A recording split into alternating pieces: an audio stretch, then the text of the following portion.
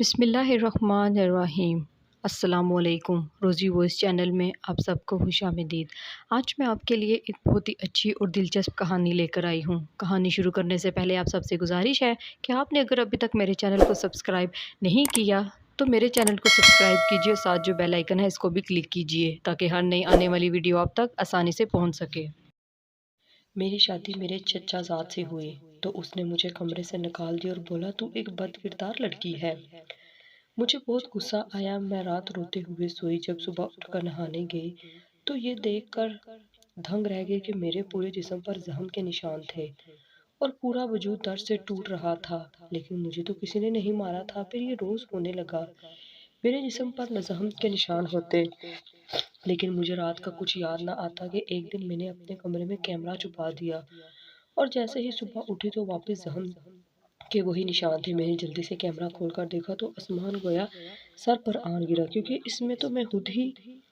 میری رخصتی ہونے لگی تو امی نے مجھے کہا کہ بیٹی میری بات اپنے پلو سے باندھ لو، شادی کی رات تمہیں تمہاری ساس ایک ٹیپ دے گی، مگر تمہیں میری قسم ہے کہ تم نے اس ٹیپ کو نہیں سننا۔ اگر تم نے سن لیا تو تم میرا مرا ہوا منہ دیکھو گی۔ میں امی کی بات سن کر بڑی حیران ہوئی تھی۔ امی ایسا کیوں کہہ رہی تھی؟ امی نے آج سے پہلے تو کبھی کسی قسم کی ٹیپ کا ذکر نہیں کیا تھا۔ میں حیرت زدہ تو تھی، مگر میں نے سر جھٹک دیا۔ میں نے امی کی بات مان لی اور کہا کہ آپ بالکل بے فکر ہو جائیں، میری شادی ہو گئی اور میں اپنی چچی کے گھر رخصت ہو کر آ گئی۔ میں بڑی خوش تھی کیونکہ مجھے میرا کزن حیدر شروع سے ہی بہت پسند تھا۔ میں سیج پر بیٹھی اپنے شوہر کا انتظار کر رہی تھی، لیکن وہ تو کمرے میں آنے کا نام ہی نہیں لے رہا تھا۔ یوں ہی بیٹھے بیٹھے جب 3-4 گھنٹے گزر گئے تو کمرے کا دروازہ کھلا اور میرا شوہر میرے پاس آ کر بیٹھ گیا اور بولا کہ نیلم تم ایک بد کردار لڑکی ہو، مجھے تم جیسی لڑکی کے ساتھ شادی نہیں کرنی تھی۔ میں تو اپنے شوہر کی بات سن کر حیران رہ گئی تھی۔ میں تو بہت نیک لڑکی تھی، 5 وقت کی نماز پڑھتی تھی، میں نے تو آج تک کسی لڑکے کی طرف آنکھ اٹھا کر بھی نہیں دیکھا تھا، تو پھر میرے شوہر نے مجھ پر اس قدر غلیظ الزام کیوں لگا دیا؟ میں پھٹی پھٹی آنکھوں سے حیدر کو دیکھنے لگی تو وہ بولا اپنی آنکھیں نیچے کر لو، نہیں تو مجھ سے برا کوئی نہیں ہوگا۔ میں چپ کر گئی اور حیدر کمرے سے نکل گیا۔ میں بیڈ پر بیٹھی رونے لگی تھی۔ آخر میرے شوہر کو ہوا کیا تھا؟ وہ مجھ پر اس قسم کا الزام کیوں لگا رہا تھا؟ میں تو حیدر کے سامنے ہی پلی بڑی اور جوان ہوئی تھی۔ کیا اسے میرے بارے میں کچھ معلوم نہیں تھا جو وہ ایسے باتیں کر رہا تھا؟ نہ جانے اس نے مجھ سے کس بات کا بدلہ لیا تھا۔ میں یوں ہی روتی روتی سو گئی تھی۔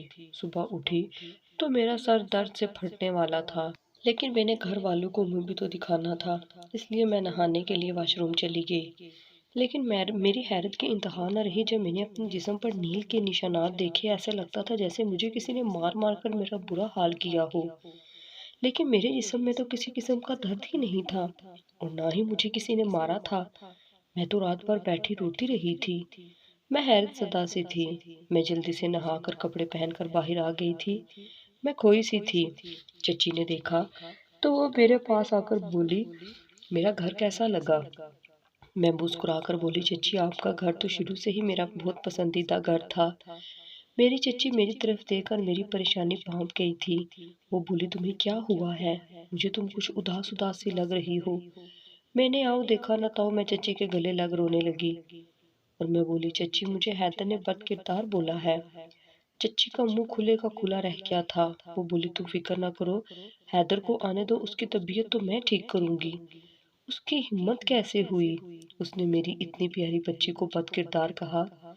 میں سارا دن حیدر کے لوٹنے کا انتظار کرتی رہی، پر وہ واپس نہ آیا۔ رات 10 بجے جب تک چچی سو گئی تھی تب حیدر گھر واپس آیا تھا۔ وہ مجھے دیکھ کر بولا تم ابھی تک ادھر ہی ہو؟ تمہیں تو یہاں سے چلے جانا چاہیے تھا، تمہیں ڈوب کر مر جانا چاہیے تھا، تمہیں چاہیے تھا کہ تم میرا یہ گھر چھوڑ کر اپنے باپ کے گھر چلی جاتی۔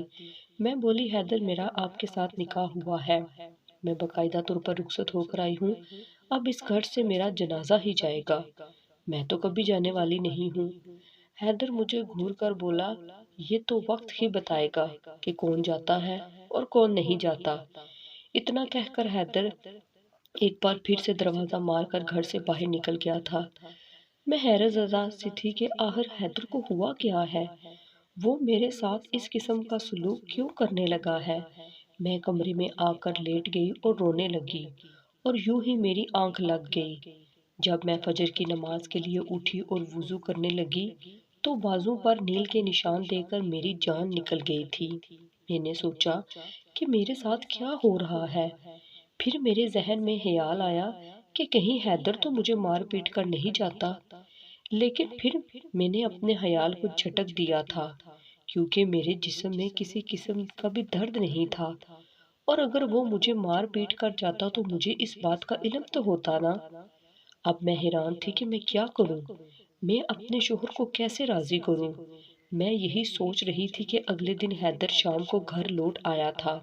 میں کمرے میں تھی، وہ بھی کمرے میں آ گیا اور میرے پاس بیٹھ کر بولا، اینی، کاشف کو تم جانتی ہوگی نا، ہے نا؟ کاشف کا نام سن کر مجھے لگا تھا کہ جیسے میرا کلیجہ حلق میں آ گیا ہے۔ میں زرد پڑ چکی تھی کیونکہ کاشف نے تو میری زندگی خراب کر کے رکھ دی تھی۔ کاشف، یہ آج سے 7 سال پہلے کی بات ہے، جب میں چھوٹی سی تھی۔ میں اپنے گھر کے پاس ہی ایک باجی کے پاس اردو کی ٹیوشن پڑھنے جاتی تھی۔ وہ بہت اچھی عورت تھی۔ بھاجی نے ہی گھر کی تمام ذمہ داری اپنے کندھوں پر ڈال رکھی تھی، کیونکہ ان کے گھر کمانے والا کوئی نہیں تھا۔ ایک بوڑھا باپ تھا اور ماں تھی۔ باجی بڑی سنجیدہ مزاج سی تھی۔ ایک دن وہ مجھے پڑھا رہی تھی۔ دوپہر کا وقت تھا، ہر طرف خاموشی ہی خاموشی تھی، گلیاں بھی سنسان پڑی تھی۔ تب باجی کے گھر دروازے پر دستک ہوئی تو باجی بولی، اینی، جاؤ جا کر دروازے پر دیکھو کون آیا ہے۔ میں اٹھ کر باہر گئی تو وہاں ایک 32 سال کا مرد کھڑا تھا اور اس کے پیچھے بھی 3-4 آدمی کھڑے تھے۔ میں نے جیسے ہی دروازہ کھولا تو سامنے والے نے پیچھے کھڑے ہوئے مردوں کو اشارہ کیا تو انہوں نے اپنی بڑی سی گاڑی کا دروازہ کھول دیا تھا۔ سامنے والے آدمی نے مجھے دھکا دے کر گاڑی میں پھینکا اور خود ڈرائیونگ سیٹ سنبھال لی تھی۔ وہ مجھے نہ جانے کہاں لے کر جا رہے تھے۔ یہ منظر دیکھ کر تو میری جان ہی نکل گئی تھی۔ میں چیخیں مار مار کر رونے لگی تھی۔ وہ چاروں خاموش رہے، انہوں نے مجھ سے کوئی بات نہ کی تھی۔ میں یوں ہی روتی رہی۔ مغرب کی اذان ہوئی تو میں نے پھر سے شور ڈال دیا تھا۔ ہم ابھی بھی گاڑی میں ہی تھے، نہ جانے وہ لوگ مجھے کہاں لے کر جا رہے تھے۔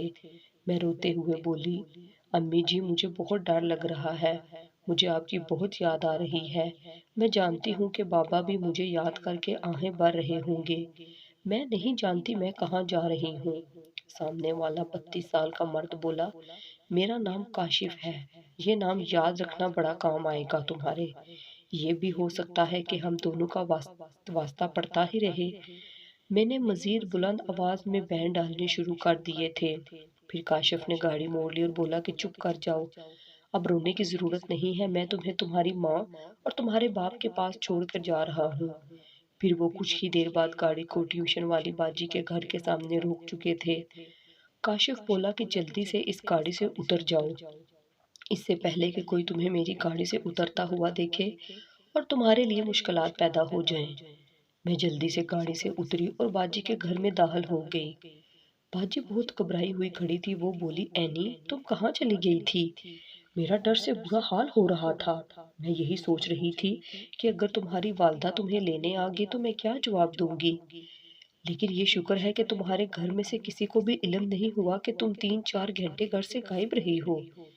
میں روتے ہوئے بولی، باجی، میں نہیں جانتی کہ میں کہاں تھی اور مجھے اغوا کرنے کے پیچھے ان مردوں کا کیا مقصد چھپا ہوا تھا۔ میں بس اتنا جانتی ہوں کہ آپ کے گھر کا دروازہ کھلا تو سامنے ایک بڑی سی گاڑی کھڑی تھی جس کے پاس ہی 4 مرد کھڑے تھے۔ انہوں نے مجھے دھکا دیا اور مجھے بٹھا کر اپنے ساتھ لے گئے، اور تب سے اب تک انہوں نے پورے شہر میں وہ گاڑی دوڑائی ہے۔ جب مغرب کی اذان ہونے لگی تو میں رونے لگی تھی، اس وجہ سے وہ آدمی کاشف مجھے آپ کے گھر کے سامنے ہی چھوڑ گیا ہے۔ مجھے چھپا لیں، مجھے بہت ڈر لگ رہا ہے۔ اس نے مجھے کہا تھا کہ مجھے پھر سے ملنے آئے گا۔ باجی بڑی حیران رہ گئی تھی۔ باجی بولی، اینی، مجھے سچ سچ بتا دو، یہ کاشف نامی مرد کون تھا اور تمہیں کیسے جانتا ہے؟ میں بولی، باجی، میں نے تو یہ نام بھی پہلی دفعہ سنا ہے، میں کسی کاشف کو نہیں جانتی۔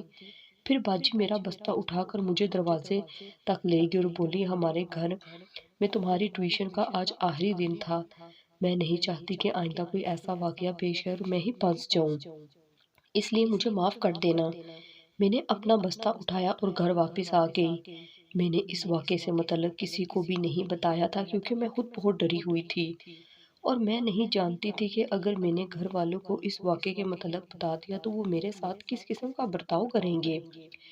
اس لیے میں نے اس واقعے کو چھپا لیا تھا، لیکن پھر میں بڑا عرصہ ڈرتی رہی تھی۔ مجھے یہی خوف ستائے جاتا تھا کہ اگر میرا کاشف کے ساتھ دوبارہ سامنا ہو گیا تو میں کیا کروں گی۔ آج تک میں نے کاشف کا نام بھی نہیں لیا تھا اور آج جب اچانک حیدر نے کاشف کا نام لیا تو میرے سامنے وہ سارا منظر گھوم گیا تھا۔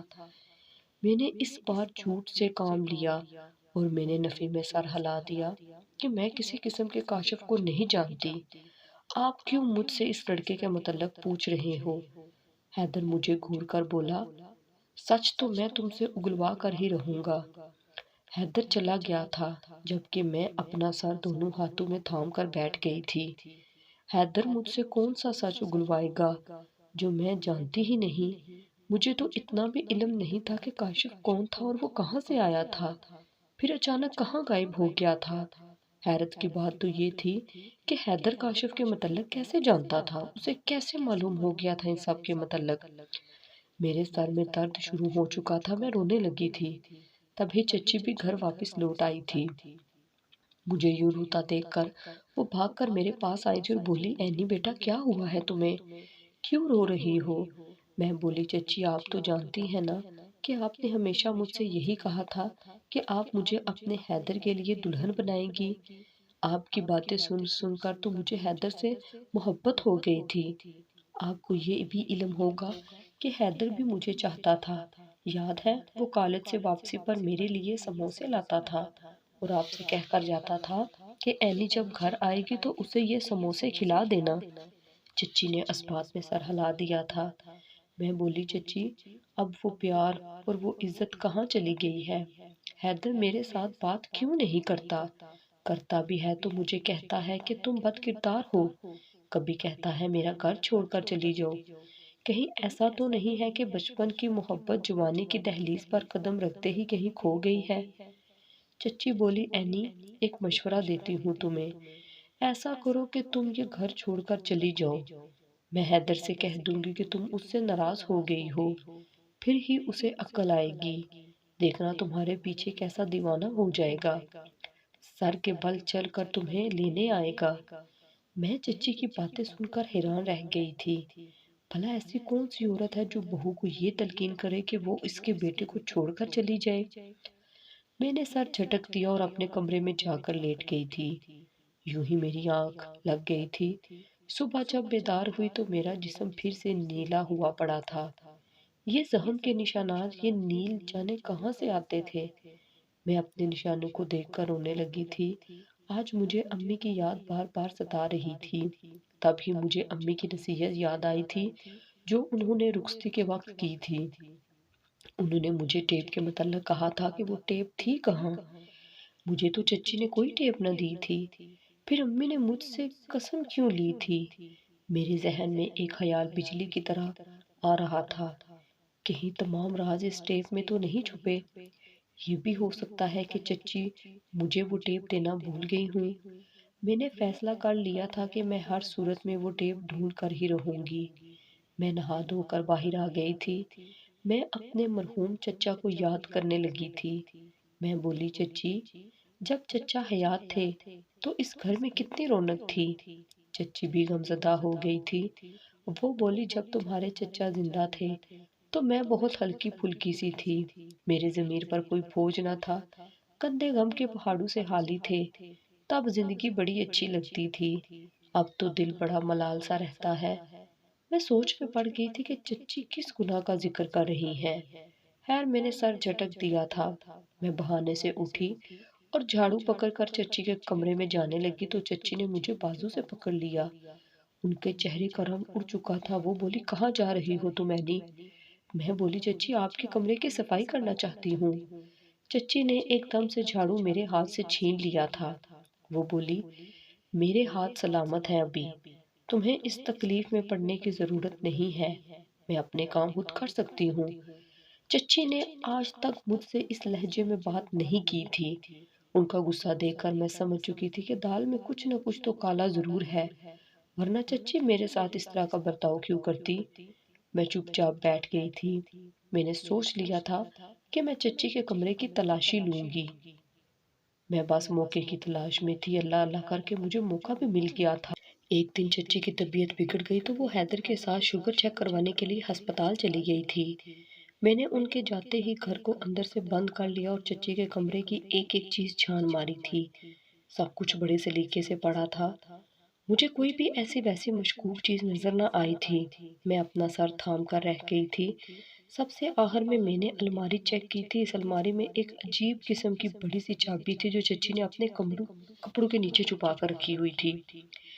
میں نے وہ چابی اٹھا لی تھی۔ میں نہیں جانتی تھی کہ وہ چابی میرے کس کام آئے گی، مگر میں پر امید تھی کہ کوئی نہ کوئی سرا تو میرے ہاتھ لگ ہی جائے گا۔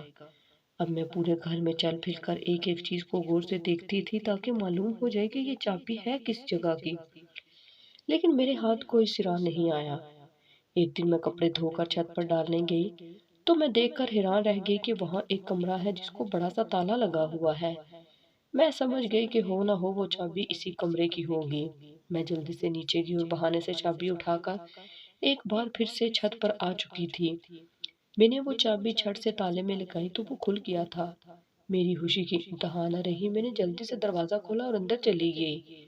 وہ کمرہ یقیناً سٹور روم تھا، کیونکہ اس میں ہر قسم کا کاٹھ کباڑ پڑا ہوا تھا۔ میں ایک چیز اٹھا کر دیکھتی جاتی تھی۔ یوں مجھے ایک پرانا سا بیگ ملا۔ میں نے اسے کھول کر دیکھا تو اس میں ایک ٹیپ پڑی تھی۔ میں نے اس کو جلدی سے اٹھا لی اور اپنے دوپٹے میں چھپا کر نیچے لے آئی تھی۔ میں انتظار کر رہی تھی کہ جب گھر میں کوئی نہ ہو تو میں اس کو چلا لوں۔ شام ہوئی تو چچی باہر چلی گئی تھی۔ حیدر تو پہلے ہی گھر میں موجود نہ تھا۔ میں اپنے کمرے کی طرف بڑھ رہی تھی کہ مجھے ایسا محسوس ہوا جیسے کوئی چھت سے اتر کر نیچے آ رہا ہو۔ میں چونک گئی تھی کہ یہ کون ہے، کیونکہ اس وقت تو گھر میں کوئی بھی نہیں تھا۔ میں اپنے کمرے میں جا کر چھپ گئی اور دروازے کے پیچھے سے جھانک کر دیکھ رہی تھی۔ مجھے لگا جیسے میں کوئی بہت ہی بھیانک خواب دیکھ رہی ہوں، کیونکہ چھت سے اتر کر نیچے آنے والا شخص اور کوئی نہیں بلکہ کاشف تھا۔ میں تو بالکل ڈر کر رہ گئی تھی۔ یہ کاشف ہی تھا جس کی وجہ سے میری زندگی تباہ ہو رہی تھی۔ میں غصے سے بھری ہوئی تھی۔ میں کاشف کے روبرو جا کر کھڑی ہو گئی تھی۔ میں چلا کر بولی، کون ہو تم اور میرا پیچھا چھوڑ کیوں نہیں دیتے تم؟ کاشف حیران ہوا تھا۔ وہ بولا، تم مجھے نہیں جانتی کیا؟ تم نے وہ ٹیپ نہیں سنی جو میں نے تمہاری چچی کو تھمائی تھی؟ میں حیران کھڑی رہ گئی تھی، پھر بولی، میں نے وہ ٹیپ آج ڈھونڈ نکالی ہے۔ میں اپنے کمرے کی جانب بڑھ گئی تو کاشف بھی میرے ہی پیچھے آ گیا تھا۔ میں نے جو ہی بٹن دبایا، میرے کانوں میں ایک آواز گونجی تھی، میری پیاری بیٹی اینی، میں تم سے بہت محبت کرتا ہوں۔ میرا نام کاشف ہے، میں تمہارا اصل باپ ہوں۔ میں تم سے بہت شرمندہ ہوں کیونکہ میں نے باپ ہونے کا فرض ادا نہیں کیا۔ میں نے تمہارے ساتھ اور تمہاری ماں کے ساتھ بہت بڑی زیادتی کی ہے۔ تم جانتی ہو کیا، تمہاری چچی اور تمہاری امی دونوں سگی بہنیں تھیں۔ میں اور تمہارے چچا بہت اچھے دوست تھے۔ ہمارے گھر بھی ساتھ ساتھ ہی تھے۔ حیدر جب 4 سال کا ہوا تو اس کا باپ انتقال کر گیا تھا۔ چونکہ تمہارے چچا میرے بہت اچھے دوست تھے، اس لیے میں حیدر کا بڑا خیال رکھنے لگا تھا۔ میں تمہاری چچی کو اکثر دلاسا دینے جاتا تب مجھ پر یہ آشکار ہوا کہ تمہاری چچی تو بہت ہی حسین عورت تھی، جبکہ تمہاری ماں تو پکے رنگ کی روکھی پھیکی سی عورت تھی۔ مجھے تمہاری خالہ یعنی تمہاری چچی سے بہت محبت ہو گئی تھی۔ میں نے شادی کا پیغام دیا تو اس نے وہ پیغام قبول کر لیا، مگر اس نکاح میں یہ قباحت تھی کہ 2 بہنیں ایک مرد کے نکاح میں نہیں رہ سکتی تھی۔ اس لیے میں نے تمہاری ماں کو طلاق دے دی۔ تب تمہاری عمر صرف 2 سال تھی۔ مجھ پر تمہاری چچی کے عشق کا بھوت سوار تھا، اس لیے میں نے مڑ کر بھی کبھی تمہارا حال احوال نہ پوچھا تھا اور نہ ہی تمہاری کبھی میں نے فکر کی تھی۔ دنیا والوں کو تو یہی لگتا تھا کہ میں یہ ملک چھوڑ کر چلا گیا ہوں، مگر کوئی یہ نہیں جانتا تھا کہ میں نے تمہاری چچی سے چھپ کر نکاح کر رکھا ہے اور میں اسی کے ساتھ رہتا ہوں۔ تمہاری امی طلاق یافتہ تھی، تمہاری چچی کے کنوارے جیٹھ نے تمہاری ماں کے ساتھ شادی کر لی، تمہاری ماں نے تم سے کہہ دیا کہ یہ شخص ہی تمہارا باپ ہے، تم چھوٹی تھی اس لیے اس شخص کو اپنا باپ تسلیم کر لیا تھا، یوں تمہاری خالہ تمہاری چچی بن گئی تھی۔ اب تم بڑی ہو گئی تو مجھے لگتا تھا کہ میں نے تمہاری ماں کے پاس تمہیں چھوڑ کر بہت بڑی غلطی کی ہے، اس لیے تمہاری ٹیوشن والی باجی کے گھر سے اغوا کر لیا تھا۔ مگر پھر جب تم اپنی ماں اور سوتیلے باپ کو یاد کر کے رونے لگی تو میں جان گیا تھا کہ تم میرے ساتھ خوش نہیں رہ پاؤ گی، اس لیے میں تمہیں وہاں پر واپس چھوڑ آیا تھا۔ تمہارے دل میں یہ خیال اٹھ رہا ہوگا کہ کاشف کون ہے اور اس نے تمہیں اغوا کیوں کیا تھا، اس لیے میں نے یہ سب کچھ ٹیپ میں ریکارڈ کر کے تمہاری چچی کے حوالے کر دیا تھا، وہ تمہیں یہ ٹیپ آج یا کل دے دے گی، ہو سکے تو مجھے معاف کر دینا۔ میں وہ ٹیپ سن کر کانپنے لگی تھی۔ کاشف میرا سگا باپ تھا، میری چچی نے میری ماں کے ساتھ کتنا برا کیا تھا نا۔ تب ہی گھر کا دروازہ کھلا اور چچی اور حیدر گھر واپس آ گئے تھے۔ انہوں نے مجھے اور کاشف کو دیکھا تو چچی ڈر گئی تھی، جبکہ حیدر غصے سے آگے بڑھا اور بولا یہ کون ہے؟ میں غصے سے بولے یہ تمہاری ماں کا دوسرا شوہر ہے۔ حیدر غصے سے چلایا اور بولا کہ تم یہ کیا کہہ رہی ہو، کیا بکواس کر رہی ہو؟ تب چچی رونے لگی اور حیدر کے سامنے ہاتھ جوڑ دیے، وہ بولی حیدر اینی سچ کہہ رہی ہے۔ پھر چچی نے حیدر کو وہی داستان سنا دی تھی جو میرا باپ مجھے سنا چکا تھا۔ چچی بولی اینی میں نے تمہاری امی کو فقط یہی بتایا تھا کہ کاشف ملک چھوڑ کر جانے سے پہلے ایک ٹیپ اینی کے لیے چھوڑ گیا ہے، مگر سچ تو یہ تھا کہ کاشف کہیں گیا ہی نہیں تھا۔ پھر چچی بولی حیدر میں نے تمہاری شادی اینی کے ساتھ فقط اس لیے کی تھی کیونکہ کاشف ایسا چاہتا تھا، میں خود رضامند نہیں تھی، اس لیے میں تمہارے دل میں اینی کے لیے ہر وقت بدگمانیاں ڈالتی رہتی تھی۔ پھر جب اینی سو جاتی تو میں نیل اینی کے جسم پر مل دیتی، مجھے لگتا تھا یوں اینی یہ گھر چھوڑ کر چلی جائے گی اور میرا اور کاشف کا رشتہ حرام نہیں ہوگا، مگر اینی گھر واپس نہ گئی اور یوں ہمارے پول کھل گئے۔ حیدر تم اپنی ماں کو معاف کر دینا۔ حیدر نے نفی میں سر ہلا دیا اور بولا امی بعض جرم ایسے ہوتے ہیں کہ ان کی کوئی معافی نہیں ہوتی، میں اینی کو لے کر جا رہا ہوں، اب آپ یہ ساری زندگی میرے بغیر ہی گزاریں گی۔ میرا باپ آگے بڑھا اور بولا اینی تم مت جاؤ، اپنے باپ کے پاس رک جاؤ۔ میں مسکراہٹ کے ساتھ بولی کون سا باپ؟ میرا تو صرف ایک ہی باپ ہے اور اس کا نام امجد ہے اور میں اس سے بے انتہا محبت کرتی ہوں۔ اتنا کہہ کر میں اور حیدر وہ گھر چھوڑ کر چلے گئے تھے۔ ہم نے چچی کے راز کو دل میں ہی دفن کر لیا تھا۔ میں امی کو بھی یہ نہ بتا پائی تھی کہ ان کی بہن نے کس طرح ان کے حق پر ڈاکہ ڈالا تھا۔